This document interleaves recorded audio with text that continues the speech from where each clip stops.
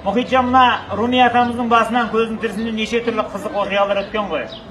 Бұл атамыз білесіз ғой, сема дейді ғой, мына дөңгеленіп билейтін зікірді көте көп қылатын болғаннан кейін, мына жүрегі жүн сияқты жылы әрі жұп-жұмсақ болып тұрады екен.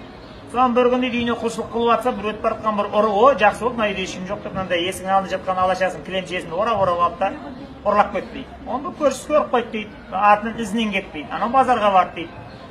Базарға барса дейді, кілем жайып қойып, кілем сатам деп тұр дейді. Сосын ана көршісі келіп айтты дейді, мына кімнің кілемі? Өзімнің кілемім деп айтты. Бағасы қанша деді, бәлен деп. Оңбаған хайуанды өз-өзімнен көрдің ғой, сен әулиенің үйінен ұрлап, мә саған деп тұмсықтап перді дейді. Соған базарда айқай шу бәрі жинады, мынау емес, Хазіреті Руми әулиенің үйінен кілем ұрлап сатып тұр мынау. Оңбаған, мен базарда халық надан бәрі жабылып текпілеп, аузы басын қанжалаған ит тегіп жетпек дейді бейшараның. Одан шаңғытып бәрі жағынан кілемді алып, ұрыны сүйреп келе жатыр дейді. Соның Руми атамыз есігінің алдына шықты, не шу болып жатыр, не төбелес? Солай да солай, мына сіздің үйдің кілемі, танып тұрмын, не болып тұр?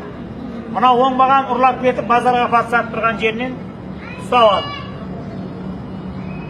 Атамыз қарап ұрға айтты дейді, сонда сендер мынаны бір кілемге бола осындай сабадыңдар ма? Мына адамның баласы ғой, обал ғой мынаған. Мына бейшараны мұнша тепкілегенше сұрағанын беріп, кілем сатып ала салмайсыңдар ма? Сөйтіп ана кілемді өзі сатып алып дейді ұрыдан қайтты. Нәкеш мен ақ сатып алайын дейді, босатып жіберді. Содан сол ұры бұған шәкірт болып келіп кейіне ол да кетті дейді дәруіш болып. Ана сондай ескілерден жеткен әңгіме, анық-анығын бір құдай өзі біледі. Кейінгі ұрпақ, алдыңғы ағалар бізге есті әңгіме айтып қалдырма дейді, ренжімесін деп аз кем әңгіме шығарып отыр.